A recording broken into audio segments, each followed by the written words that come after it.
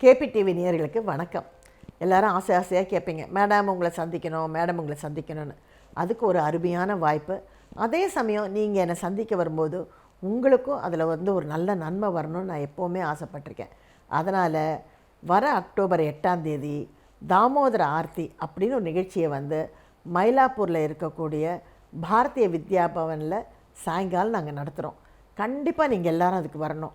ஏன்னா இந்த தாமோதர மாதத்தில் தாமோதர லீலை நடந்த மாதம் இது. அதனால தான் இந்த தாமோதர மாதத்துலன்னு சொல்கிறேன்.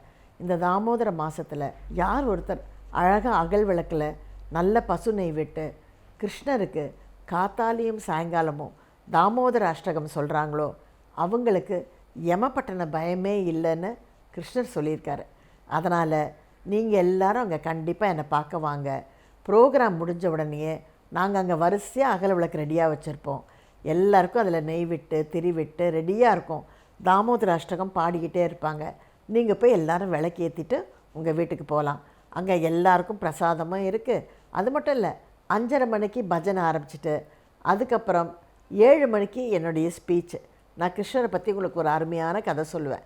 அதுக்கப்புறமா ஸ்ரீலா பிரபுபாதா தியேட்டர்ஸ், அதாவது நம்ம தனுஷ் சிங்கப்பண்ணே அப்படின்னு சன் டிவியில் இருக்க சீரியலை டைரக்ட் பண்ணிகிட்ருக்கார் இல்லையா, அவரும் மற்ற சின்னத்திரை நடிகர் நடிகைகளும் சேர்ந்து நடிக்கிற ஸ்ரீ கனகதாசர் அப்படிங்கிற தமிழ் நாடகமும் அங்கே நடக்கும்.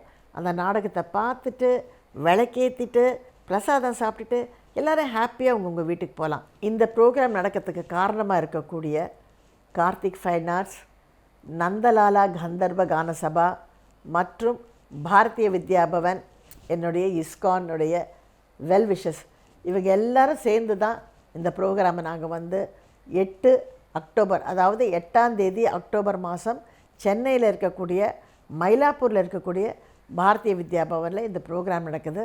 கண்டிப்பாக வாங்க. யாரெல்லாம் என்னை பார்க்கணுன்னு ஆசைப்பட்டீங்களோ ப்ளீஸ் கம். உங்களுக்காக நான் காத்துக்கிட்டு இருப்பேன்.